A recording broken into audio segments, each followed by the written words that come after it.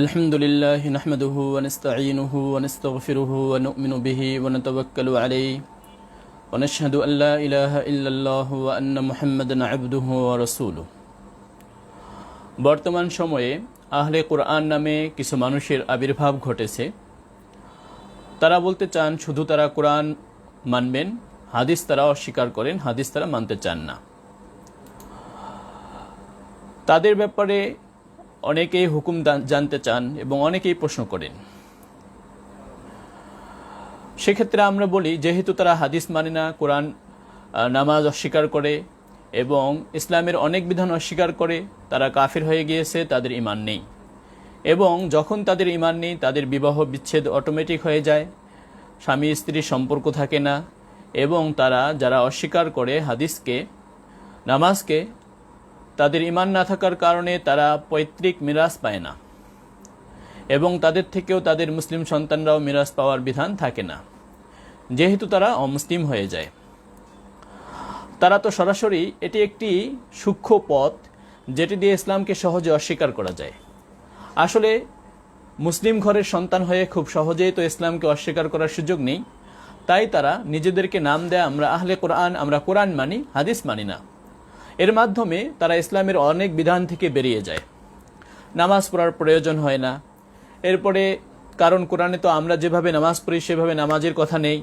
আকিমুস সালাহ এসেছে, নামাজের বিস্তারিত বিধান আল্লাহ রসুল সাল্লাল্লাহু আলাইহি ওয়াসাল্লাম দিয়েছেন।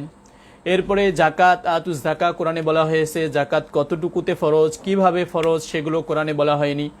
জাকাতকে সুন্দরভাবেই অস্বীকার করে দেয়া যায়। এরপরে নারীদের পর্দার বিধান সুন্দর করে অস্বীকার করে দেয়া যায়। এরপরে আরও অনেক বিধান, রিবা, সুদের বিধান। সুদ মানে, রিবা মানে হচ্ছে জিয়াদাত, অতিরিক্ত অংশ। কোরআনে যেহেতু স্পষ্ট করে রিবার কথা বলা হয়নি, রিবার পরিচয় স্পষ্ট করে দেওয়া হয়নি কোরআনে, তাই রিবাকেও অস্বীকার করা যায়। তো কোরআনে যেহেতু, কোরআন মূলত নাজিল হয়েছে মানুষের আকীদা শুদ্ধ করার জন্য, মানুষকে সঠিক পথে উদ্বুদ্ধ করার জন্য, মানুষের আমল আখলাক ঠিক করার জন্য, কোরআনে মৌলিকভাবে বিধান খুব কম এসেছে, অল্প বিধান এসেছে। বাকিটি রসুল সাল্লাল্লাহু আলাইহি ওয়াসাল্লামের উপর সুপর্দ করে দেওয়া হয়েছে। তো এই কোরআন তারা মানতে গিয়ে আসলে তারা ইসলাম থেকেই বেরিয়ে যাচ্ছে, তাদের আর ঈমান থাকছে না। রাসূল করিম সাল্লাল্লাহু আলাইহি ওয়াসাল্লাম কিন্তু এ ব্যাপারে হুঁশিয়ারি করে দিয়েছেন উম্মতকে। রাসূল করিম সাল্লাল্লাহু আলাইহি ওয়াসাল্লাম ইরশাদ করেছেন, আলা ইন্নী উতীতুল কিতাবা ওয়া মিসলাহু মাআহু, আমাকে কিতাবুল্লাহ দেওয়া হয়েছে, এর সাথে অনুরূপ বিষয় দেওয়া হয়েছে। আলা ইউশিকু রাজুলুন শাবআনু আলা আরিকাতিহি ইয়াকুলু আলাইকুম বিহাদাল কুরআন, সাবধান, জেনে রাখো, অচিরে এমন লোকের আবির্ভাব ঘটবে তৃপ্ত, যে তার আসনে বসে থাকবে। সে বলবে, তোমরা এই কোরআনকে আঁকড়ে ধরো। ফামা ওয়াজাদতুম ফীহি মিন হালালিন ফাআহিল্লুহু ওয়া মা ওয়াজাদতুম ফীহি মিন হারামিন ফাহাররিমুহু, তোমরা এই কোরআনে যে হালাল পাও সেগুলোকে তোমরা হালাল হিসেবে জানো, আর এই কোরআনে যেগুলো তোমরা হারাম পাও সেগুলোকে তোমরা হালাল হিসেবে জেনে রাখো। এরপরে আল্লাহ রসুল সাল্লাল্লাহু আলাইহি ওয়াসাল্লাম ইরশাদ করেছেন, আলা লা ইয়াহিল্লু লাকুম লাহমুল হিমারিল আহলি, জেনে রাখো, গৃহপালিত গাধার গোশত কিন্তু তোমাদের জন্য হালাল নয়। ওয়ালা কুল্লু দিনাবিম মিনাস সাবঈ, এবং হিংস্র দাঁতওয়ালা প্রাণী কিন্তু তোমাদের জন্য হালাল নয়। ওয়ালা লুকতাতুম মুআহিদিন, এবং জিম্মির কোনো লুকতা তোমাদের জন্য, পরে পাওয়া মাল তোমাদের জন্য হালাল নয়। ইল্লা আন ইস্তাগনি আনহা সাহিবুহা, তবে যদি সেই লুকতার মালিক সেটির থেকে বেনিয়াজ হয়, অমুখাপেক্ষী হয়। সম্মানিত দর্শক মণ্ডলী, এখানে আল্লাহ রসুল সাল্লাল্লাহু আলাইহি ওয়াসাল্লাম কয়েকটি বিধানের কথা উল্লেখ করলেন, যে গৃহপালিত গাধা এর গোশত হালাল নয়, এবং হিংস্র দাঁতওয়ালা প্রাণী এগুলো হালাল নয়, এবং লুকতাতু মুআহিদ, জিম্মির হারানো মাল, এগুলো হালাল নয়। এগুলো কিন্তু কোরআনে আসেনি। রসুল সাল্লাল্লাহু আলাইহি ওয়াসাল্লামকে যেহেতু কোরআনের বাইরে ওহী দেওয়া হয়েছে, ওমা ইয়ানতিকু আনিল হাওয়া ইন হুয়া ইল্লা ওয়াহয়ুন ইউহা, আল্লাহ রসুল সাল্লাল্লাহু আলাইহি ওয়াসাল্লাম হাওয়া মন চাহি কোনো কিছু উচ্চারণ করেন না। ইন হুয়া ইল্লা ওয়াহয়ুন ইউহা, সেটি ওহী আল্লাহ রসুলকে দেয়া হয়, এটি কোরআনেই বলা হয়েছে। সুতরাং আল্লাহ রসুল সাল্লাল্লাহু আলাইহি ওয়াসাল্লাম মানুষ হিসেবে নয়, বরং রসুল হিসেবে, শরীয়ত প্রবর্তক হিসেবে এবং শরীয়তের আদেশ নিষেধকারী হিসেবে যে বিধানগুলো আল্লাহ রসুল সাল্লাল্লাহু আলাইহি ওয়াসাল্লাম বলেছেন, সেগুলো নিঃসন্দেহে ওহী, সেগুলো কোরআনেই ওহী বলা হয়েছে। সুতরাং না মানার কোনো প্রশ্নই আসে না। এই হাদিসটি বর্ণিত হয়েছে সুনানে আবু দাউদে 4606 নম্বর হাদিস। সুনানে তিরমিজিতে এসেছে, ওয়া ইন্নামা হাররামা রাসূলুল্লাহ সাল্লাল্লাহু আলাইহি ওয়াসাল্লাম কামা হাররামাল্লাহ, রাসূল করিম সাল্লাল্লাহু আলাইহি ওয়াসাল্লাম হারাম করেছেন যেমন আল্লাহ তাআলা হারাম করেছেন। এটি বর্ণিত হয়েছে সুনানে তিরমিজিতে 2664 নম্বর বর্ণনা, সহিহ ইবনে হিব্বানে হাদিস নাম্বার 12। ইমাম হাকিম রাহিমাহুল্লাহ তাআলা এই হাদিসকে সহিহ বলেছেন। আল মুস্তাদরাকেও বর্ণিত হয়েছে 371, মুসনাদে আহমদ 17213 নম্বর বর্ণনা। অন্য হাদিসে রাসূল করিম সাল্লাল্লাহু আলাইহি ওয়াসাল্লাম ইরশাদ করেছেন, লা উলফিয়ান্না আহাদাকুম মুত্তাকিআন আলা আরিকাতিহি, আমি যেন তোমাদের কাউকে এমন না পাই, ইয়াতিহি আমরুম মিম্মা আমারতু বিহি আও নাহাইতু আনহু, আমি যে আদেশ করেছি বা নিষেধ করেছি সেটি তার কাছে আসবে, কিন্তু ফায়াকুলু লা আদরি, সে বলবে আমি জানি না, মা ওয়াজাদনা ফি কিতাবিল্লাহি ইত্তাবানাহু, আমরা আল্লাহর কিতাবে যেটি পাবো সেটাই শুধু অনুসরণ করব, অন্য কিছু অনুসরণ করব না। এটা আল্লাহ রাসূল সাল্লাল্লাহু আলাইহি ওয়াসাল্লাম হুঁশিয়ারি উচ্চারণ করে বলেছেন, এটি করা যাবে না। সুনানে তিরমিজি 2663 নম্বর বর্ণনা। তো সম্মানিত দর্শক মণ্ডলী, অন্য হাদিসেও এটি এসেছে। হাসান রহমতুল্লাহ আলাইহি বলেন, বাইনামা ইমরান ইবনে হুসাইন ইউহাদ্দিসু আন সুন্নতি নবিয়িনা সাল্লাল্লাহু আলাইহি ওয়াসাল্লাম, ইমরান ইবনে হুসাইন রাদিয়াল্লাহু আনহু আল্লাহ রাসূল সাল্লাল্লাহু আলাইহি ওয়াসাল্লামের সুন্নাহ বর্ণনা করছিলেন। ইজ ক্বালা লাহু রাজুলুন ইয়া আবা নাজিদ, এক লোক তখন বললেন, হে আবু নাজিদ, হাদ্দিসনা বিল কুরআন, আপনি আমাদেরকে কোরআন থেকে রিওয়ায়াত করুন, বর্ণনা করুন। ফাকালা লাহু ইমরান, তখন ইমরান রাদিয়াল্লাহু আনহু বললেন, আনতা ওয়া আসহাবুকা ইয়াকরাউনাল কুরআন, তুমি এবং তোমার সাথী বন্ধুরা কোরআন পাঠ করে।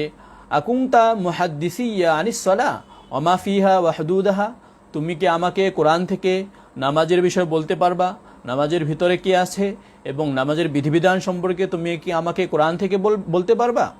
আকুনতা মুহাদ্দিসিয়া আনিস যাকাত ফি যাহাবি ওয়াল ইবিলি ওয়াল বাকরি ওয়া আসনাফিল মাল, এবং তুমি কি আমাকে কোরআন থেকে স্বর্ণ, উট, গরু ইত্যাদি সম্পদের জাকাতের বিষয়ে বলতে পারবা। ওয়ালাকিন ক্বাদ শাহিদতু ওয়া গিবতা আনতা, আমি উপস্থিত থেকেছি, তুমি অনুপস্থিত থেকেছো। সুম্মা ক্বালা, এরপরে ইমরান ইবনে হুসাইন রাদিয়াল্লাহু আনহু বললেন, ফারাদ আলাইনা রাসূলুল্লাহ সাল্লাল্লাহু আলাইহি ওয়াসাল্লাম ফি যাকাতি কাযা ওয়া কাযা, আল্লাহ রাসূল সাল্লাল্লাহু আলাইহি ওয়াসাল্লাম যাকাতের ক্ষেত্রে এমন এমন বিষয়কে ফরজ করেছেন। তখন ওই লোকটি বলল, ওয়াকাল রাজুল আহইয়াতানি আহইয়াকাল্লাহ, তুমি আমাকে জীবন দিলে, তোমাকেও আল্লাহ তাআলা জীবন দান করুন। قال الحسن, হাসান রাহমাতুল্লাহ আলাইহি বলেন, ফামা মাতা যালিকা আর-রাজুল হাত্তা সারা মিন ফুকাহাইল মুসলিমিন, ওই লোক মৃত্যুবরণ করেনি ফকিহ হওয়া ছাড়া, অর্থাৎ ওই লোক এক পর্যায়ে গিয়ে বড় ফকিহ হয়ে গিয়েছিল। এই হাদিসটি বর্ণিত হয়েছে আল মুস্তাদরাক 372, ইমাম হাকিম রাহিমাহুল্লাহ তাআলা এই হাদিসকে সহিহ বলেছেন। সম্মানিত দর্শক মণ্ডলী, কোরআনে ইসলাম সম্পূর্ণ একটি ধর্ম। আল-ইয়াওমা আকমালতু লাকুম দীনাকুম ওয়া আতমামতু আলাইকুম নি'মাতি ওয়া রাদিতু লাকুমুল ইসলাম দীনা, আমি তোমাদের জন্য দিনকে পূর্ণ করেছি, আমার নেয়ামতকে পরিপূর্ণ করেছি। তো ইসলামে সকল বিধান আপনি কোরআনে খুঁজে পাবেন না। দেখুন, কোনো নারীকে তার ফুফু থাকা অবস্থায়, ধরুন ফুফু এবং মেয়ে এবং ফুফু খালা এরা থাকা অবস্থায় কোনো নারীকে একসাথে বিয়েতে রাখা জায়েজ নয়।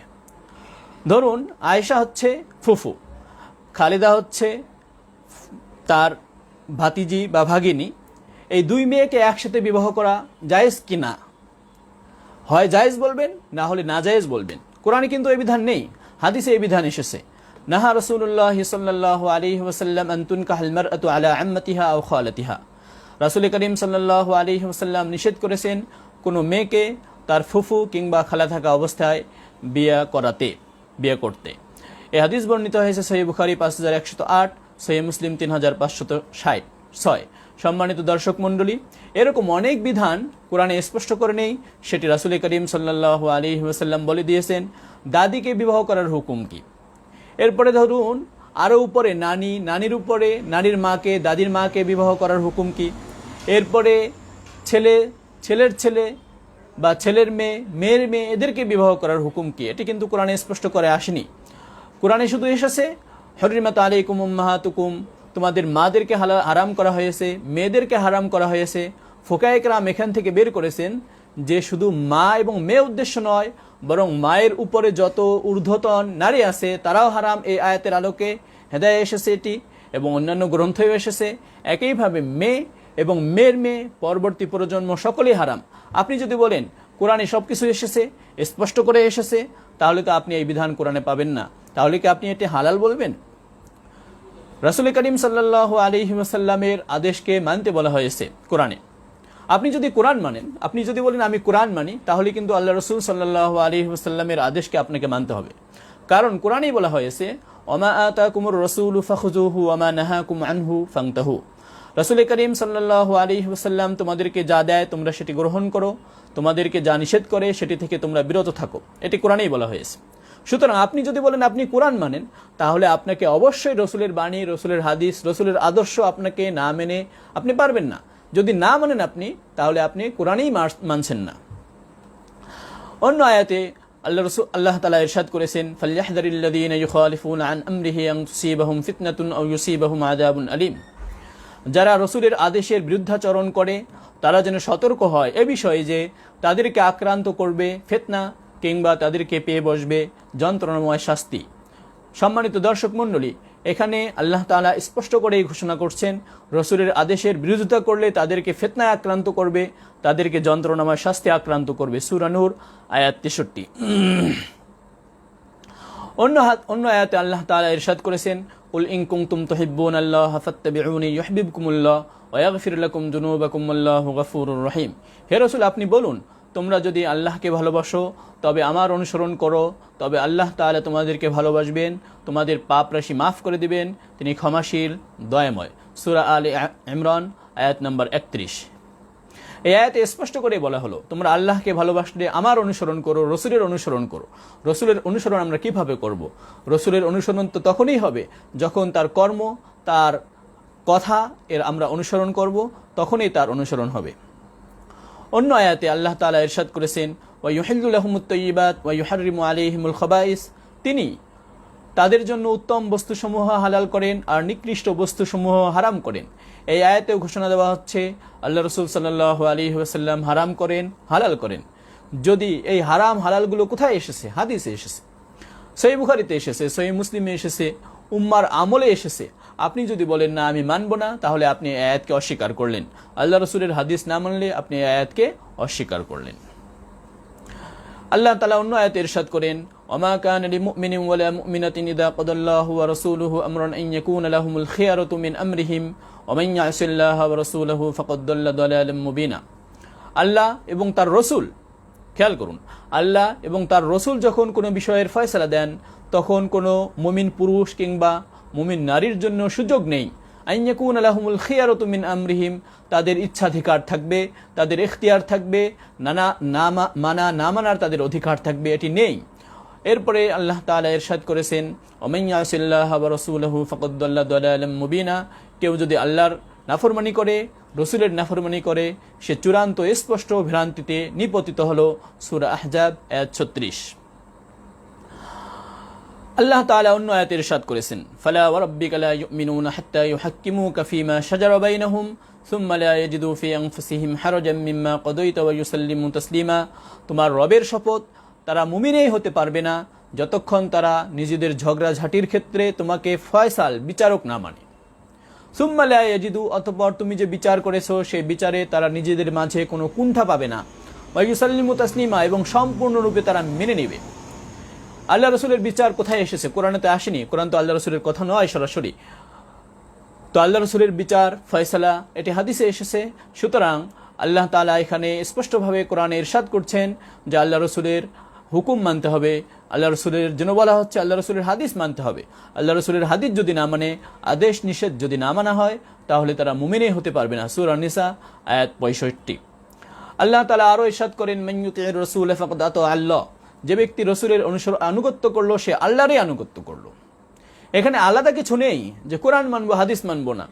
হাদিস আলাদা, কোরআন আলাদা, এটি ভুল কথা। বরং আল্লাহ রসুলের আনুগত্য করা মানেই হচ্ছে আল্লাহ তাআলার আনুগত্য করা। সূরা নিসা আয়াত নম্বর 80। অন্য আয়াতে আল্লাহ তাআলা আরও ইরশাদ করেন কুল আতিউল্লাহ ওয়ার রাসূল। আপনি বলুন তোমরা আল্লাহর আনুগত্য করো, রসুলের আনুগত্য করো। ফাইন তাওয়াল্লাউ ফাইন্নাল্লাহা লা ইউহিব্বুল কাফিরিন। তারা যদি বিমুখ হয় তবে আল্লাহ তাআলা কাফিরদেরকে পছন্দ করেন না। অর্থাৎ যারা রসুলের আনুগত্য থেকে ফিরে যায়, যারা হাদিসকে অস্বীকার করে, তারা কাফির হয়ে যায়। আল্লাহ তাআলা কাফিরদের পছন্দ করেন না। সূরা আলে ইমরান আয়াত নম্বর 32। আরেক আয়াতে আল্লাহ তাআলা ইরশাদ করেন, ইয়া আইয়ুহাল্লাযীনা আমানু আতিউল্লাহা ওয়া আতিউর রাসূলা ওয়া লা তুবতিলু আমালাকুম। হে ঈমানদারগণ, তোমরা আল্লাহর আনুগত্য করো, রাসূলের আনুগত্য করো, তোমাদের আমলকে বিনষ্ট করো না। অর্থাৎ আল্লাহর আনুগত্য থেকে যদি তোমরা দূরে সরে যাও, রাসূলের আনুগত্য থেকে যদি তোমরা দূরে সরে যাও, তাহলে তোমাদের আমল বিনষ্ট হবে। তোমরা এই কাজ করতে যেও না। সূরা মুহাম্মদ আয়াত নম্বর 33। অন্য আয়াতে আল্লাহ তাআলা আরো ইরশাদ করেন, ইয়া আইয়ুহাল্লাযীনা আমানু আতিউল্লাহা ওয়া আতিউর রাসূলা ওয়া উলিল আমরি মিনকুম। হে ঈমানদারগণ, তোমরা আল্লাহর আনুগত্য করো, রাসূলের আনুগত্য করো এবং তোমাদের মাঝে যারা দায়িত্বশীল উল আমর তাদের আনুগত্য করো। ফাইন তানাযাতুম ফি শাইইন ফারুদ্দুহু ইলাল্লাহি ওয়ার রাসূলি ইন কুনতুম তুমিনুনা বিল্লাহি ওয়াল ইয়াউমিল আখির। কোনো বিষয়ে যদি তোমরা মতানৈক্য করো তবে সেটি আল্লাহর দিকে, রাসূলের দিকে ফিরিয়ে দাও, যদি তোমরা আল্লাহর প্রতি ঈমান আনো, আখিরাত দিবসের প্রতি ঈমান রাখো। সম্মানিত দর্শক মণ্ডলী, অন্য আয়াতে আল্লাহ তাআলা আরো ইরশাদ করেছেন, লাকাদ, আমরা পূর্বে একটি আয়াত উল্লেখ করেছি, ওয়ামা আতাকুমুর রাসূলু ফাখুযুহু ওয়ামা নাহাকুম আনহু ফান্তাহু।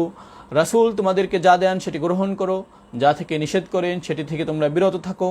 এটি সূরা হাশরে এসেছে, আয়াত নম্বর 7। অন্য আয়াতে আল্লাহ তাআলা ইরশাদ করেন, লাকাদ কানা লাকুম ফি রাসূলিল্লাহি উসওয়াতুন হাসানা। তোমাদের জন্য রাসূলের মাঝে রয়েছে উত্তম আদর্শ। রাসূলের উত্তম আদর্শ কোথায় পাবো? আমরা হাদিসে পাবো। আপনি যদি বলেন না সহিহ বুখারী, সহিহ মুসলিম এগুলো আমরা মানি না, তাহলে তো আপনি আল্লাহ রাসূলের আদর্শকে অস্বীকার করে দিলেন এক প্রকার। আল্লাহ তাআলা আরো ইরশাদ করেন, ওয়া আনজালনা ইলাইকা যিকরা লিতুবাইয়িনা লিন-নাসি মা নুজিলা ইলাইহিম লাআল্লাহুম।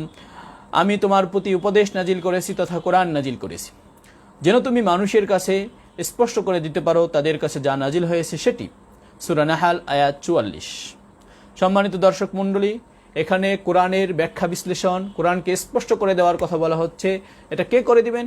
আল্লাহ রাসূল সাল্লাল্লাহু আলাইহি ওয়াসাল্লাম করে দিবেন। সূরা আলে ইমরানের 164 নম্বর আয়াতে এসেছে, লাকাদ মান্নাল্লাহু আলাল মুমিনিনা ইয বা'আসা ফীহিম রাসূলাম মিন আনফুসিহিম ইয়াতলু আলাইহিম আয়াতিহি ওয়া ইউযাক্কিহিম ওয়া ইউআল্লিমুহুমুল কিতাবা ওয়াল হিকমা। আল্লাহ রাসূল সাল্লাল্লাহু আলাইহি ওয়াসাল্লাম কিতাব শিক্ষা দিবেন। কিতাব যদি আপনিই সব বুঝে ফেলেন, তাহলে আল্লাহ রাসূল সাল্লাল্লাহু আলাইহি ওয়াসাল্লাম তো শিক্ষা দেওয়ার প্রয়োজন ছিল না। আল্লাহ রাসূল সাল্লাল্লাহু আলাইহি ওয়াসাল্লাম যখন শিক্ষা দিয়েছেন, তো স্পষ্টতে আমরা বলতে পারি সেই শিক্ষা হাদিসে এসেছে। সেই হাদিসকেই যদি আপনি অস্বীকার করেন, তাহলে ইউআল্লিমুহুমুল কিতাব, কিতাব আল্লাহ রাসূল শিক্ষা দিয়েছেন সেটিকে আপনি অস্বীকার করলেন। সম্মানিত দর্শক মণ্ডলী, যারা কোরআন মানতে চান, যারা বলেন শুধু কোরআনেই যথেষ্ট, হাদিস মানার প্রয়োজন নেই, তাদের দুজনের বক্তব্য আজকে আমি শুনেছি। একজন পাঠিয়েছেন, একজন হচ্ছে সজল রৌশন, তিনি হয়তো লন্ডনে থাকেন। তার একটি লেকচার আমি শুনেছি আজকে, তিনি বেশ কিছু আপত্তি করেছেন। আর এক ভাই, তিনিও লেকচার দিয়েছেন অনলি কোরআন রিসার্চ, ইউটিউবের একটি সাইট। তো ইউটিউবে তারা এই লেকচারগুলো দিয়েছেন। একেবারে লেকচারগুলো আজগুবি এবং যোগ্যতাহীনতার প্রমাণ। সজল রৌশন সাহেব তিনি কিছু কথা বলেছেন যে কোরআন বাংলায় পড়া যায়, যেহেতু কোরআন আল্লাহ তাআলা নাজিল করেছেন আমাদের বোঝার জন্য, সুতরাং যখন ফাউন্ডেশন থেকে এটা অনুবাদ হয়ে আসলো তখন আপনি সেটি বাংলায় পড়তে পারেন, এটি আরবি পড়ার প্রয়োজন নেই। এবং নামাজেও বাংলা পড়া যায়, একথা আমি জীবনে শুনিনি, আজকে তার থেকে শুনেছি। এই কথার মাঝে অনেকগুলো ভুল রয়েছে। তো কোরআনের সওয়াব, কোরআন যে আরবি পাঠ করলে সওয়াব হয়, এটি তিনি অস্বীকার করে দিলেন। অথচ সুনানে তিরমিজিতে স্পষ্ট করে এসেছে, মান ক্বারা হারফাম মিন কিতাবিল্লাহি ফালাহু হাসানাতুন ওয়াল হাসানাতু বিআশরি আমসালিহা। যে কোরআনের একটি হরফ পড়ে তার জন্য একটি নেকি আল্লাহ তাআলা 10 গুণ বাড়িয়ে দেন। এরপরে আল্লাহ রাসূল বলেছেন, লা আকুলু আলিফ লাম মিম হারফুন বাল আলিফুন হারফুন ওয়া লামুন হারফুন ওয়া মিমুন হারফুন। আমি বলি না আলিফ একটি হরফ, আলিফ লাম মিম একটি হরফ, বরং আলিফ একটি হরফ, লাম একটি হরফ, মিম একটি হরফ। এই আলিফ লাম মিম এগুলোর অর্থ আজ পর্যন্ত কেউ বলতে পারেনি। তো এগুলোর যখন অর্থই আমরা জানছি না, এরপর আল্লাহ রাসূল সাল্লাল্লাহু আলাইহি ওয়াসাল্লামের সওয়াবের ঘোষণা দিচ্ছেন, তাহলে আমরা স্পষ্টই বলতে পারি কোরআন পাঠ করলে সওয়াব হয়। এবং কোরআনের যে লফজ আরবি, এটিও অবশ্যই গুরুত্বপূর্ণ। এবং ইতিপূর্বে কোনো মুজতাহিদ, কোনো ইমাম কথা বলেননি যে বাংলা ভাষায় কোরআন পড়তে পারে। ওমা আরসালনা মির রাসূলিন ইল্লা বিলিসানি কওমিহি, এই আয়াত দিয়ে তারা দলিল পেশ করে আমি প্রত্যেক রসুলকে তার স্বজাতির ভাষা দিয়ে পাঠিয়েছি। সুতরাং কোরআনের মাকসাদ যেহেতু আল্লাহ রসুল, আল্লাহ তাআলা কি বললেন সেটি, অতএব আমরা বাংলায় পড়লেও সেই নামাজ হয়ে যাবে। তিনি আরো বললেন পুরা কোরআন, নামাজটাই হচ্ছে পুরা কোরআন তেলাওয়াত। এরপরে যেগুলো আছে এগুলো ফিতনা ফাসাদ, এগুলো তিনি এভাবে বলে দিলেন। আজ পর্যন্ত এগুলো কেউ বলার সাহস পায়নি। তিনি বারবার এই কথা বলতে চাইলেন যে কোরআনই যথেষ্ট, কোরআনের বাইরে যা কিছু আছে ফিতনা ফাসাদ। এরপরে তিনি বললেন যে কিতাবুর রসুল তো আপনি কখনো শোনেননি, রসুলের কোনো কিতাব, বরং আল্লাহর কিতাব মানতে হবে। এটি কোনো যুক্তি নয়, আল্লাহ রসুলের হাদিস না মানার ক্ষেত্রে এটি কোনো যুক্তি হতে পারে না। কিতাবুর রসুল বলা হয়নি তো কি হয়েছে? আল্লাহ রসুল সাল্লাল্লাহু আলাইহি ওয়াসাল্লাম যেমন কোরআনকে সংরক্ষণ করতে উৎসাহিত করেছেন, আদেশ দিয়েছেন, তেমনিভাবে তার হাদিসকে সংরক্ষণের জন্য আদেশ করেছেন, উৎসাহিত করেছেন। আল্লাহ রসুল বলেছেন নাদদারাল্লাহু ইমরাআন সামিআ মাকালাতি ফাহাফিজাহা ওয়া ওয়াআহা ওয়া আদ্দাহা। আল্লাহ তাআলা ওই ব্যক্তিকে সজীব করুন যে আমার কথা শুনলো, সেটিকে সংরক্ষণ করলো, সেটিকে পৌঁছিয়ে দিল। সম্মানিত দর্শক মণ্ডলী, এরপরে তিনি বলতে চেয়েছেন কোনো ফায়দাই নেই এগুলো কোরআন পড়ে। এরপরে তিনি আরও কিছু বিষয় উঠিয়েছেন যে আসলে এগুলো হচ্ছে, এবং শাইখুল হাদিস যারা, তিনি তাদেরকে বারবারই কটাক্ষ করেছেন, যারা হাদিস পড়েন তাদেরকে বরাবরই কটাক্ষ করেছেন। এবং এক জায়গায় এমনও বলেছেন সক্রেটিস অন্যরা এরা নবী কিনা আমরা জানি না, নবী হতেও পারে নাও হতে পারে। এরপরে এক জায়গায় এটাও বললেন যে ধরুন নারীদের পর্দার বিধান, তালেবান আফগানিস্তানে হুকুমত কায়েম করেছে, তারা পর্দার বিষয়ে হুকুম দিয়েছে। এখন যদি কেউ না মানে তাহলে অবশ্যই কিছু ব্যত্রাঘাত করতে হবে, তারা সেটি করে। তো এটি হচ্ছে কোরআন সুন্নাহর বাইরের ফয়সালা। ওমাল্লাম ইয়াহকুম বিমা আনজালাল্লাহু ফাউলাইকা হুমুল কাফিরুন, যে ব্যক্তি আল্লাহর বিধান মোতাবেক ফয়সালা করলো না তারা কাফের, তারা জালেম, তারা ফাসিক বলা হয়েছে। তো এটাও নাকি তারা যদি, উনি বলেছেন যেহেতু এটা কোরআনের কোথাও নেই পর্দা না করলে সে নারীকে প্রহার করা হবে, সুতরাং যদি প্রহার করা হয় তারা ফাসিক হবে, জালেম হবে, কাফের হবে। তো কোরআনে যে হুদুদগুলো এসেছে এগুলোর বাইরে কি শাস্তি নেই? এগুলোর বাইরে অবশ্যই শাস্তি আছে। আর তাজির ফিকহের কিতাব, সব কিতাবেই আপনি অধ্যায় পাবেন আর তাজির, হেদায়া 2য় খণ্ড এসেছে আর তাজিরের অধ্যায়। ওমর ইবনুল খাত্তাব রাদিয়াল্লাহু আনহু যদি কেউ তার স্ত্রীকে 3 তালাক দিত একসাথে, তিনি প্রহার করতেন। এটি তো কোরআনে নেই, এজন্য কি তিনি কাফের হয়ে গেছেন, ফাসিক হয়ে গিয়েছেন, জালেম হয়ে গিয়েছেন? এটা আদৌ নয়। হ্যাঁ, ইসলাম যেহেতু পূর্ণাঙ্গ ধর্ম, সেজন্য যেগুলোর শাস্তি কোরআন সুন্নাহয় স্পষ্ট করে এসেছে সেগুলোকে হুদুদ বলা হয়, কিসাস বলা হয়। আর যেগুলো আসেনি সেগুলোকে তাজির বলা হয়। সেগুলো ইমামুল মুসলিমিন, রাষ্ট্র পরিচালক এবং কাজী যারা, তারা নির্ধারণ করবেন কতটুকু দিলে সে বিরত থাকতে পারে। তো এই শাস্তি, এটা কোরআন অস্বীকার করে না এই শাস্তিকে, বরং কোরআন সুন্নাহ এটা সাপোর্ট করে। ওমর ইবনুল খাত্তাব সে শাস্তি দিয়েছেন। তো সজল রৌশন সাহেবের লেকচার শুনে আসলে খুব আপত্তিজনক মনে হলো, এবং তারা যেগুলো কথা বলেছেন ইতিপূর্বে কেউ বলেনি, এবং তারা ইসলামের বিশাল অংশকে, বিশাল বিধানকে তারা অস্বীকার করে দিয়েছেন। আর অনলাইনে অনলি কোরআন রিসার্চ, এখানে যে ভাই বক্তব্য দিয়েছেন তার নাম আমি জানতে পারিনি, তিনি আজিব আজিব কিছু কথা বলেছেন। কিছু কথা শোনাই। তিনি একটি কথা বললেন, ইন্না আতাইনা কাল কাউসার, আমি তোমাকে কাউসার দিয়েছি, ফাসল্লি লিরাব্বিকা ওয়ানহার। মানে আমরা যখন নামাজ পড়ছি তখন আল্লাহকে আমরা এটা শোনাচ্ছি যে আল্লাহকে আমরা কাউসার দিচ্ছি। এটা কি আমরা আল্লাহকে কাউসার দিয়েছি? কোরআন নাজিল হয়েছে, আল্লাহ তাআলা সেই কোরআন পড়তে বলেছে। কোরআনে ফাকরাউ মা তায়াসসারা মিনাল কোরআন, নামাজে তুমি কোরআন পড়ো যতটুকু সহজ। সূরা কাউসার এটি কোরআনেরই অংশ। তো কোরআনেই বলছে সূরা কাউসার পড়ো, অন্যান্য সূরা পড়ো, আমরা সেই সূরা পড়ছি। আপনি বলছেন বেওকুফির মতো সূরা পড়ছেন আপনি। সূরা কাউসার আপনি কিভাবে পড়েন নামাজে? ইন্না আতাইনা কাল কাউসার, এটি নাকি পড়া যাবে না। তো আপনি তো কোরআন মানার কথা বলে কোরআনকে অস্বীকার করে দিচ্ছেন। আরো আজিব আজিব কথা তার। তিনি বললেন যে 4 জন প্রধানমন্ত্রী হওয়া যেমন অসম্ভব, তেমনি 4টি মাযহাব হওয়া অসম্ভব। আরে 4 জন প্রধানমন্ত্রী আর 4টি মাযহাব, এটা কি এক জিনিস? আমি যদি বলি 4 জন প্রধানমন্ত্রী হওয়া যেমন অসম্ভব, 4 জন ডাক্তার হওয়া অসম্ভব, এটা কি হবে? ডাক্তার হতে পারে, গবেষক একাধিক হতে পারে, একাধিক বক্তব্য থাকতে পারে, কিন্তু প্রধানমন্ত্রী তো দেশের একজনই হয়। তো আপনার কথা অনুযায়ী 4 জন ডাক্তার হতে পারে না, 4 জন শিল্পপতি হতে পারে না। একবারে কাঁচা যুক্তি, অহেতুক যুক্তি। তিনি আরো বললেন আরো 16টা মাযহাব ছিল, সেগুলো কে গেল? আসলে আরো 16টা মাযহাব ছিল কোত্থেকে বলেন আপনি? মাযহাব তো অনেক ছিল, যত ইমাম ছিলেন তাদের ফতোয়া ছিল। আল্লাহ তাআলা শেষ পর্যন্ত এই 4টিকে টিকিয়ে রেখেছেন। এই 4টির উপরে ব্যাপক গবেষণা হয়েছে। পরবর্তী মানুষ এসেছে, দেখেছে, এগুলো লেখা হয়েছে এবং এগুলোর উপর ব্যাপক গবেষণা হয়েছে।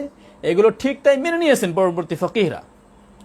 তিনি বলেছেন ইজমায়ের মাধ্যমে হয়েছে, রাতের ভোটের মতো এগুলো ইমামরা নাকি ইজমা করেছেন, এই 4টি গ্রহণ করা হবে।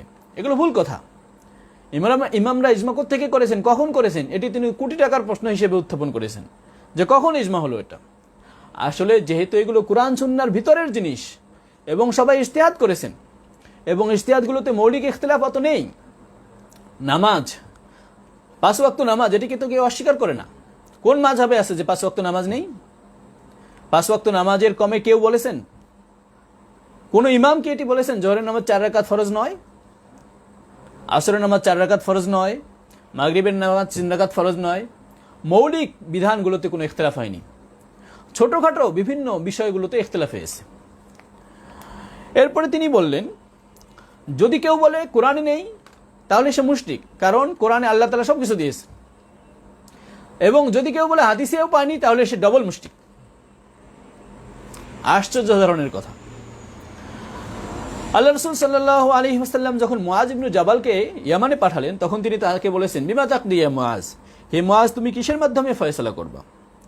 তখন তিনি বলেছেন, আকদি বি কিতাবিল্লাহ, আমি আল্লাহর কিতাব দিয়ে ফয়সালা করব। এটি আমাদের একটি কিতাব, আমরা এখানে আলোচনা করেছি। আকদি বি কিতাবিল্লাহ, আল্লাহ রাসূল উনি বললেন আমি আল্লাহর কিতাব দিয়ে ফয়সালা করব। এরপরে আল্লাহ রাসূল বললেন, ফাইন লাম তাজিদ ফি কিতাবিল্লাহ, তুমি যদি আল্লাহর কিতাবে না পাও, ক্বালা ফা বিসুন্নতি রাসূলিল্লাহ, আমি আল্লাহর সুন্নাহ দিয়ে ফয়সালা করব। মুআজ ইবনে জাবাল এটি বললেন। এরপরে আল্লাহ রাসূল বললেন, ফাইন লাম তাজিদ ফি সুন্নতি রাসূলিল্লাহ ওয়ালা ফি কিতাবিল্লাহ, তুমি যদি আল্লাহর কিতাবেও না পাও, রাসূলের সুন্নাহও না পাও, ক্বালা আজতাহিদু রা'য়ি, আমি ইজতিহাদ করব আমার রায় দিয়ে, ওয়ালা আলু, কোনো ত্রুটি করব না।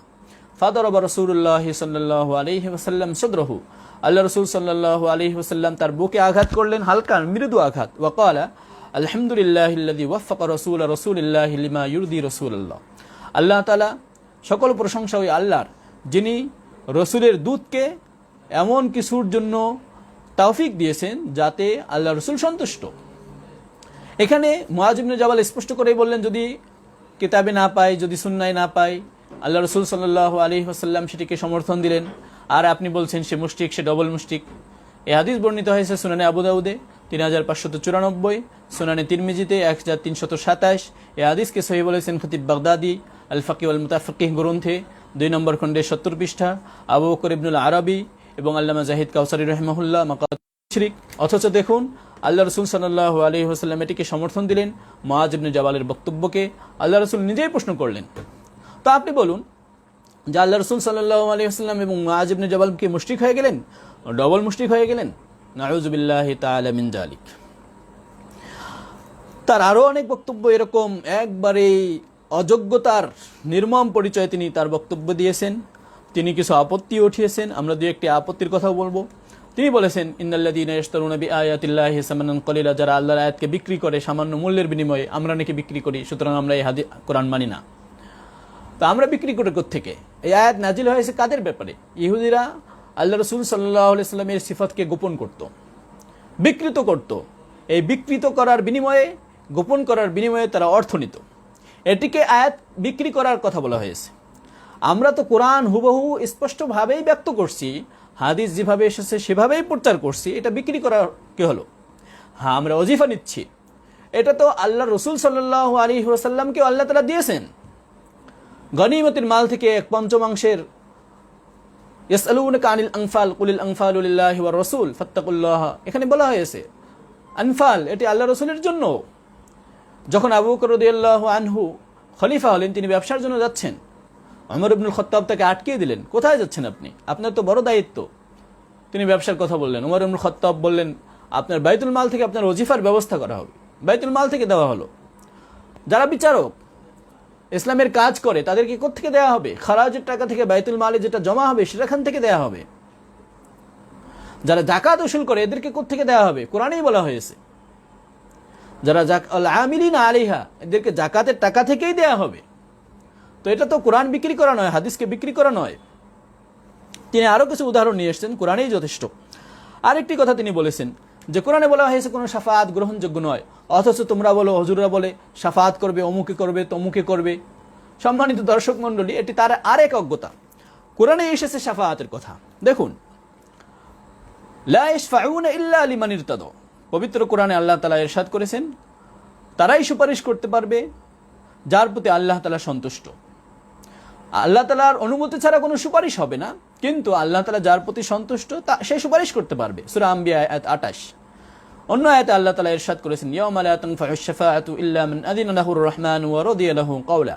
সেদিন সুপারিশ কোনো কাজে আসবে না, তবে রহমান যাকে অনুমতি দিবেন এবং যার কথার প্রতি রহমান সন্তুষ্ট হবেন। সূরা তাহা আয়াত 109।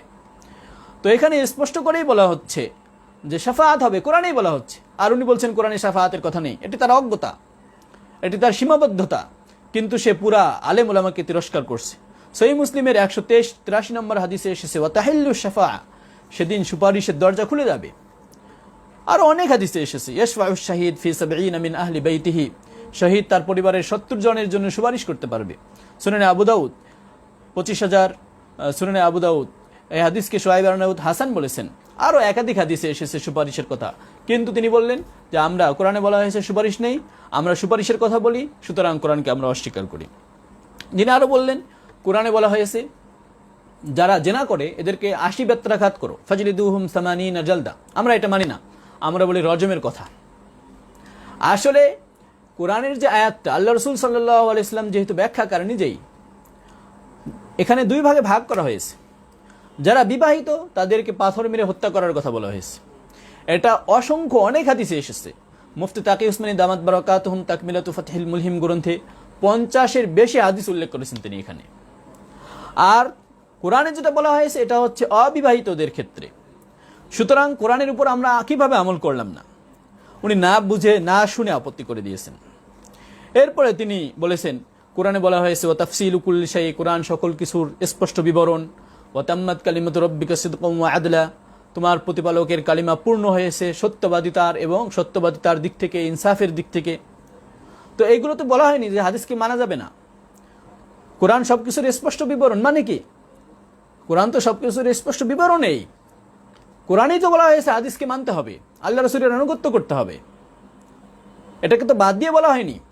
তা আপনি কিভাবে হাদিসকে এখান থেকে বাদ দেন? এরকম তিনি অনেকগুলো আয়াত পেশ করলেন। ভাবটা এমন যে তিনি সকল আয়াত হাদিস পেশ করে দিয়েছেন।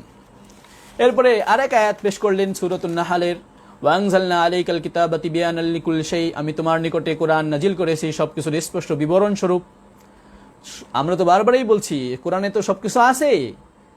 কোরআনের যাবতীয় আয়াতকে আপনি সামনে আনেন। এখানে তো হাদিস মানার কথা বলা হয়েছে, হাদিস সহ তিবিয়ান, হাদিসকে বাদ দিয়ে তো নয়। এরপরে বলা হলো যে ওয়ালা ইয়াতুনাকা বিমাসালিন ইল্লা জিনাকা বিল হাক্কি ওয়া আহসানা তাফসীরা, তারা যদি তোমার কাছে কোনো দৃষ্টান্ত নিয়ে আসে আমি সত্য নিয়ে আসি এবং উত্তম ব্যাখ্যা নিয়ে আসি। মানে কোরআনেই সব আছে, হাদিস মানতে হবে না। এটা তার ভুল ব্যাখ্যা। এটা কথা কখনোই বোঝায় না। কোরআনের কোনো আয়াত স্পষ্ট করে কথা বোঝায় না যে হাদিস মানতে হবে না। এরপরে তিনি বললেন যে তাহলে তো আলী রাদিয়াল্লাহু আনহু তো হাদিসকে অস্বীকার করে দিয়েছেন। কিভাবে অস্বীকার করেছেন? হুদায়বিয়ার সন্ধিতে যখন আলী রাদিয়াল্লাহু আনহু সুহাইলের সাথে সন্ধি লিখছিলেন, তিনি লিখেছেন মুহাম্মদ রাসূলুল্লাহ, মুহাম্মদ রাসূলুল্লাহ। সুহাইল বললেন এটার জন্যই তো আমরা যুদ্ধ করি তোমাদের সাথে, মুহাম্মদকে আমরা রসুল মানি না, রসুল কেটে দাও। আলী রাদিয়াল্লাহু আনহু বললেন না, আমি কাটতে পারবো না। আল্লাহ রসুল বললেন কেটে দাও। আলী রাদিয়াল্লাহু আনহু ইয়া রাসূলুল্লাহ আমি কাটতে পারবো না। আল্লাহ রসুল নিজে নিয়ে কেটে দিলেন। এটা হচ্ছে আবেগ, ভালোবাসা, মহব্বত। বাবাকে কখন বাবার বয়স হয়ে গেছে, বাবা রোজা রাখতে চায়, বাবা বলছে আমাকে শেষ রাতে ডাকো, আমরা বলি না আপনাকে ডাকা যাবে না। এটা কি বাবার আদেশ অমান্য করা? এটা বাবার প্রতি মহব্বত এবং রহমত থেকে, এটা আদেশ অমান্য করা নয়। আলী রাদিয়াল্লাহু আনহু সারা জীবন তো আল্লাহ রসুলের আদেশ মেনেছেন, সকল যুদ্ধ করেছেন, আল্লাহ রসুলের আদেশ মেনেছেন। এমনকি হিজরতের সময় আল্লাহ রসুল তাকে বিছানায় শুয়ে রেখে এসেছেন যখন কাফেররা তাকে মেরে ফেলার জন্য উদ্গ্রীব হয়েছিল। তা আপনি কিভাবে বলেন আলী রাদিয়াল্লাহু আনহু হাদিস মানেনি? বিশেষ একটা প্রেক্ষাপট ছিল এটা। এটা তো আবু বকর রাদিয়াল্লাহু আনহুর ক্ষেত্রেও ঘটেছে। আবু বকর রাদিয়াল্লাহু আনহু নামাজ পড়াচ্ছিলেন, তখন আল্লাহ রসুল সাল্লাল্লাহু আলাইহি ওয়াসাল্লাম পিছন থেকে এসেছেন, আবু বকর রাদিয়াল্লাহু আনহু পিছিয়ে এসেছেন। আল্লাহ রসুল ইশারা করেছেন, তারপর আবু বকর পিছিয়ে এসেছেন। আল্লাহ রসুল পরে তাকে জিজ্ঞেস করেছেন আমি তোমাকে আদেশ করলাম তুমি আসলা পিছনে? আবু বকর রাদিয়াল্লাহু আনহু বললেন ইয়া রাসূলুল্লাহ, ইবনে আবি কুহাফার এই সক্ষমতা নেই আপনাকে পিছনে রেখে সে নামাজ পড়তে পারে। এটা তো তাজিম ছিল, আল্লাহ রসুলের এই আদেশ তো অকাট্য ছিল না। তো আপনি তো আবু বকর রাদিয়াল্লাহু আনহুকে মুনকিরিনে হাদিস বানিয়ে দিবেন। উনি উচ্চারণ করেছেন মুনকারিনে হাদিস, ভুল উচ্চারণ। এরপরে তিনি আরেকটি কথা বললেন, অনেক কথা আমি লম্বা সময় শুনেছি, যে পবিত্র কোরআনে এসেছে ওয়ালা তাজহার বিসলাতিকা ওয়ালা তুখাফিত বিহা ওয়াবতাগি বাইনা যালিকা সাবিলা, সূরা বনী ইসরাঈলের 110 নম্বর আয়াত। যে আমরা এই আয়াত মানি না। কিভাবে? এখানে বলা হয়েছে তুমি নামাজে উচ্চস্বরে কিরাত পড়ো না, ওয়ালা তুখাফিত বিহা, এবং নম্র আওয়াজেও পড়ো না, ওয়াবতাগি বাইনা যালিকা সাবিলা, মধ্যম আওয়াজে পড়ো। উনি বললেন যে আমরা তাহলে ফজর এবং জোহর আসরে আসতে পারি কেন? এটা কোথায় আছে? সম্মানিত দর্শক মণ্ডলী, আপনাদের হাসি আসবে তার কথা শুনে। এখানে সাহিবে হেদায়েত চমৎকার কথা বলেছেন। ফাতহুল কদির এটি হেদায়েত, এই গ্রন্থে হেদায়েত সংযুক্ত রয়েছে। সাহিবে হেদায়েত বলেছেন জোহর আসরে কিরাত আসতে পারবে, হাদা হুয়াল মাসুরুল মুতাওয়ারাস, এটি একবারে বর্ণিত হয়ে আসছে ধারাবাহিকভাবে। এখানে ইবনুল হুমাম রাহিমাহুল্লাহ তাআলা ব্যাখ্যা দিয়েছেন যে এটি সাহাবা থেকে, আল্লাহ রসুল থেকে সাহাবারা গ্রহণ করেছেন, সাহাবা থেকে তাবেঈন গ্রহণ করেছেন, তাবেঈন থেকে তাবে তাবেঈন, এভাবে এসেছে এটি। এবং রিওয়ায়াতও আছে, সহিহ বুখারী রিওয়ায়াত আছে। এটি হচ্ছে মুসান্নাফ আব্দুর রাজ্জাক গ্রন্থ। এই গ্রন্থ থেকে সহিহ ইমাম বুখারী হাদিস গ্রহণ করেন, ইমাম মুসলিম গ্রহণ করেন, অন্যরাও গ্রহণ করেন। এখানেও এসেছে মা ইউকরাউ ফি সালাতিল ফজর, ফজর নামাজে কি পড়বে। এরপরে এখানে এসেছে আন কুতবাত ইবনে মালিক আন্না নবী সাল্লাল্লাহু আলাইহি ওয়াসাল্লাম ক্বরা ফিল ফজরি ওয়ান নাখলা বাসিকাতিন, এই সূরা পড়েছেন ফজরের নামাজে। এখানে একাধিক হাদিস এসেছে যেখানে স্পষ্টভাবে আল্লাহ রাসূল সাল্লাল্লাহু আলাইহি ওয়াসাল্লাম কি কিরাত পড়েছেন সেটি এসেছে। ফজরে কিভাবে পড়তেন, জোহরে আসতে পড়তেন, এটিও এসেছে। ওয়া হাজারনা কিয়ামাহু ফি যুহরি ফি রাকাতাইনিল উখরাইনি আলা নিসফি মিন যালিক, এর আগে এসেছে ফা হাজারনা কিয়ামাহু ফি যুহরি রাকাতাইনিল উলাইনি বিকদরি 30 আয়াতান।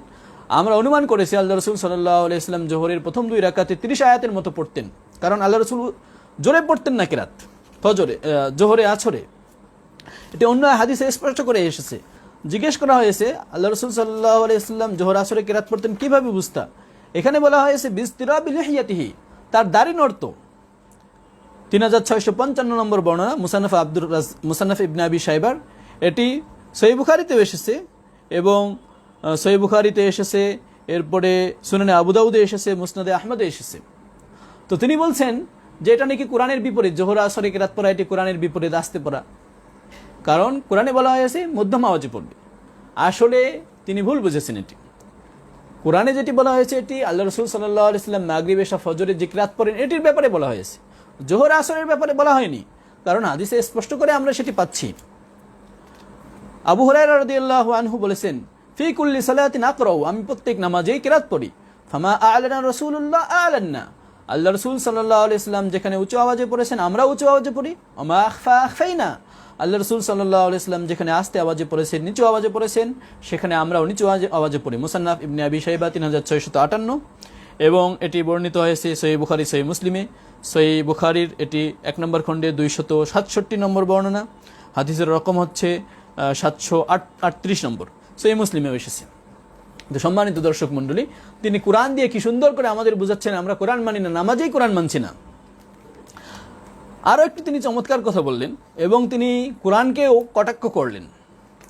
সেটি কিভাবে করলেন দেখুন, যে ওয়াইদা কুনতা ফীহিম ফাআকামতা লাহুমুস সালাতা ফালতাকুম তাইফাতুম মিনহুম মাআকা, এখানে যে এসেছে যে আল্লাহ রাসূল সাল্লাল্লাহু আলাইহি ওয়াসাল্লাম যখন ওই যে যুদ্ধে নামাজ পড়েছেন, কিছু সংখ্যক সাহাবীদেরকে নিয়ে নামাজ পড়েছেন, এরপরে সেজদা হয়েছে, তারা চলে গিয়েছেন, কোরআনে এটা এসেছে।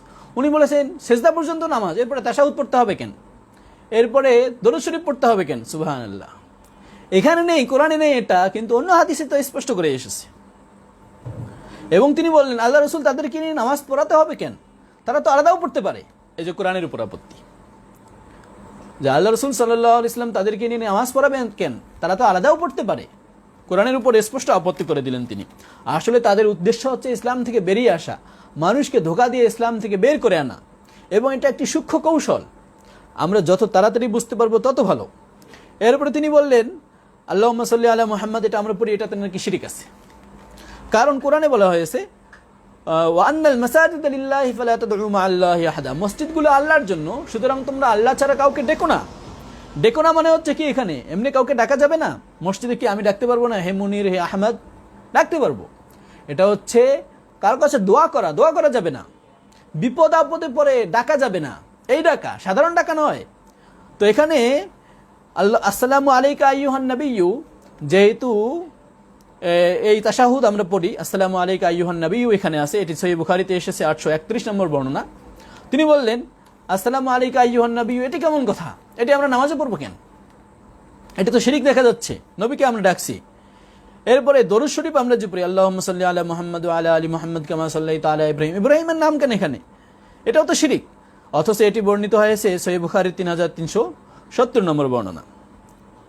সম্মানিত দর্শক মণ্ডলী, এগুলো আসলে হাসিও আসে, আবার কান্নাও আসে এদের এলেমের দন্যতা দেখে। এরা আবার ব্যাখ্যা দিচ্ছেন আরও আজীব আজীব কথা, যে আল্লাহ রসুল সাল্লাহ আসলামের 5 লক্ষ হাদিস। এত হাদিস আল্লাহ রসুলের হয় কেমনে? হইলো তো সারাদিন আল্লাহ রসুল কথা বলতে হয়েছে।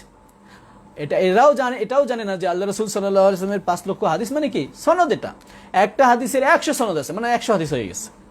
একটা হাদিসের 300 সনদ হয়ে গেছে, মানে 300 হাদিস হয়ে গেছে। এভাবে হাদিসের সংখ্যা বলা হয়, এরা এটা জানা নেই। এরপরে তিনি মাযহাবের কিছু ইখতিলাফ টেনে আনলেন, টেনে এনে বললেন এগুলো ঠিক নয়, এগুলো মন গড়া, মুসলিম সমাজকে ধোঁকা দেওয়া হচ্ছে। কি কি ইখতিলাফ টেনে আনলেন? আমরা আগেই বলেছি, নামাজ 5 ওয়াক্ত, এ বিষয়ে কারো কোনো ইখতিলাফ নেই। জোহরের নামাজ ফরজ 4 রাকাত, এ বিষয়ে কারো কোনো ইখতিলাফ নেই। যাকাত দিতে হবে, হজ করতে হবে, এ বিষয়ে কারো কোনো ইখতিলাফ নেই। ইখতিলাফ ছোটখাটো বিষয়ে কিছু হয়েছে, যেখানে ইখতিলাফ করার সুযোগ আছে। সে বলে যে আমরা ইজতিহাদ করতে পারি, আমাদের সওয়াব হবে। তাহলে ইজতিহাদ করার জন্য মনে রাখতে হবে যোগ্যতার প্রয়োজন। সে বলে যে নাহু জানতে হবে, সরফ জানতে হবে, আরবি ভাষা জানতে হবে, কিছু জানার প্রয়োজন নেই, এমনি আমরা কোরআন পড়তে পারি, কোরআন বুঝতে পারি। এটা হচ্ছে এক আহাম্মক এবং বিশ্ববাটপার। কারণ হচ্ছে কেউ ডাক্তারি এমনি করতে পারে না চিকিৎসা বিজ্ঞান পড়া ছাড়া। চিকিৎসা বিজ্ঞানের একটা বই পড়ে কিভাবে চিকিৎসক হয়ে যায়? তাকে কি আপনি অপারেশন করার জন্য দিবেন? কেউ কি এমনিতে বিল্ডিং বানাইতে পারে পড়াশোনা ছাড়া? তো কোরআনের ক্ষেত্রে এসে বলছে কোনো গবেষণা ছাড়াই যে আরবি ভাষা লাগবে না, নাহু লাগবে না, সরফ লাগবে না, বালাগাত লাগবে না, এমনিতে আমরা বাংলা ভাষায় কোরআন পড়লেই হয়ে যাবে। যখন অনুবাদ হয়েই গেছে তখন আর পড়ার দরকার কি আরবি ভাষা? এরপরে কি বললো যে নিয়তের মধ্যে উলামায়ে কেরাম ইখতিলাফ করেন। কেউ বলে যে নিয়ত জোরে আওয়াজ করে বলা যাবে না, বরং অন্তরের সংকল্প মনেই বলতে হবে। এটি আসলে সামান্য ইখতিলাফ, সবাই বলছে নিয়ত করা লাগবে। এখন আমরা সবাই বলি নিয়ত যদি মন থেকে করে হয়ে যাবে। এখন কেউ যদি জোরে বলে সেটি বিদআত হবে কিনা, এটা নিয়ে সামান্য ইখতিলাফ হয়েছে। কেউ বলতে চেয়েছেন এটি যে যদি উচ্চারণ করে বিদআত হবে না, কারণ আল্লাহ রাসূল সাল্লাল্লাহু আলাইহি ওয়াসাল্লাম হজের ক্ষেত্রে বলেছেন লাব্বাইকা বিল হাজ্জি বিল উমরা। এখানে নিয়তের এই লাব্বাইকা বলার ক্ষেত্রে আল্লাহ রাসূল উমরার কথা বলেছেন। সুতরাং কেউ যদি নামাজের কথাও বলে, ফজর জোহর আসরের কথা বলে, বিদআত হবে না। আবার কেউ বলতে চেয়েছেন না, এটা বলবে না। সামান্য ইখতিলাফ, এগুলো বড় কোনো ইখতিলাফ নয়। হাত বাঁধার বিষয় টেনে নিয়ে এসে তিনি ইসলামকে নামাজকে অস্বীকার করে দিচ্ছেন, যে হাত বাঁধা নাভির উপরে নাভির নিচে এই 2 আমল চলে আসছে, সমস্যা কি আপনার? দুটাই সহি। এরপরে তিনি ফরজ ওয়াজিব, ফরজের ক্ষেত্রে বলছেন যেটা আল্লাহর পক্ষ থেকে এসেছে, ওয়াজিব হচ্ছে যেটা রসুলের পক্ষ থেকে এসেছে। এগুলো ভুল কথা। এটা হচ্ছে ইমামদের একটা পরিভাষা যে এই আমলটি কতটুকু মজবুত। প্রত্যেকটা জিনিসের একটা পরিমাপ আছে। আপনার একটা মানুষ, আপনি মগজ ছাড়া চলবেই না, ফরজে আইন এটা। আবার একটা কান ছাড়াও চলতে পারে, কিন্তু কান দুইটাই ওয়াজিব হতে পারে। হ্যাঁ, একটা কান না থাকলেও চলতে পারে। এরকম বিষয় থাকে যে একটা আঙ্গুল নেই, এটা মানুষ হিসেবে চলে কিনা? চলে তো, কিন্তু মগজ ছাড়া চলবে না, চোখ ছাড়া মানুষ অন্ধ, দেখতে পারবে না। তো ইসলামের বিধানগুলোকেও কোন বিধানটা বেশি জরুরি, কোন বিধানটা কম জরুরি, কোন বিধানটা মুস্তাহাব পর্যায়ের, এগুলো ফুকায়ে কেরাম ভাগ করে দিয়েছেন যাতে আমরা সহজে আমল করতে পারি। কিন্তু সে এসে এগুলো দিয়ে আপত্তি করে দিচ্ছেন যে এরা ইসলামকে খণ্ড বিখণ্ড করে ফেলেছে, এদের ইসলাম ঠিক নয়। আসলে হচ্ছে দুনিয়ার বোকা, কোরআন সুন্নাহ পড়েনি, যারা হাদিস পড়েনি, হাদিসের রিজাল পড়েনি, উলুমুল হাদিস পড়েনি, তারাই শুধু হাদিসকে অস্বীকার করে দিতে পারে। এরপরে দরুদ শরীফ ওয়াজিব না সুন্নাহ? আমাদের নিকটে সুন্নাহ, অনেক ইমাম বলেছেন এটা খুব গুরুত্বপূর্ণ, এটা ওয়াজিবের পর্যায়ে। এটি তো এরকম কোনো ইখতিলাফ না, সবাই বলেছে দরুদ পড়বে, দোয়া মাসুরা পড়বে। হ্যাঁ, ইখতিলাফটা কোথায়? কেউ বলেছেন এটা বেশি গুরুত্বপূর্ণ, কেউ বলেছেন ওয়াজিবের পর্যায়ে নয়। এই ইখতিলাফ দিয়ে আপনি কিভাবে ইসলামকে অস্বীকার করে দিচ্ছেন, আমলকে অস্বীকার করে দিচ্ছেন? এরকম তিনি অনেকগুলো বিষয় নিয়ে এসেছেন। এরপরে রফুল ইয়াদাইন আপনি করতেও পারেন, নাও করতে পারেন। আমাদের নিকট উত্তম হচ্ছে না করা। হ্যাঁ, অনেক ইমামের নিকট উত্তম হচ্ছে করা, হাদিসে দুটাই এসেছে।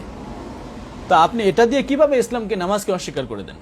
মনে রাখবেন, নামাজ হচ্ছে হাদিসে মুতাওয়াতির দ্বারা সাব্যস্ত।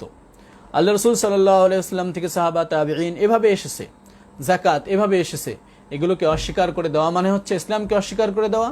এবং যে ব্যক্তি এটি করবে, হাদিসকে মানবে না, পুরা নামাজকে অস্বীকার করে দিবে, জাকাতকে অস্বীকার করে দিবে, হজকে অস্বীকার করে দিবে, তাদের ঈমান থাকবে না, তাদের বিবাহ বিচ্ছিন্ন হয়ে যাবে, তারা বাবার থেকে মিরাজ পাবে না, অনেক বিধান তাদের সাথে জড়িত হয়ে যাবে, মুসলমানদের কবরস্থানে তাদেরকে দাফন করা পর্যন্ত যাবে না, তারা যেহেতু তাদের জানাজাও পড়া যাবে না।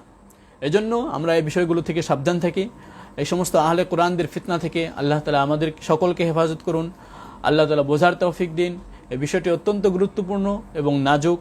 আমরা আলোচনা করতে চাইনি সাধারণত, কিন্তু কিছু মানুষ বিপদে পড়ে গিয়েছেন, তারা আবেদন করেছেন আলোচনার জন্য, তাই আমরা আলোচনা করলাম। আল্লাহ তাআলা আমাদেরকে হেফাজত করেন, আপনাদেরকেও হেফাজত করেন। ওয়া আখিরু দাওয়ানা আনিল হামদুলিল্লাহি রাব্বিল আলামিন।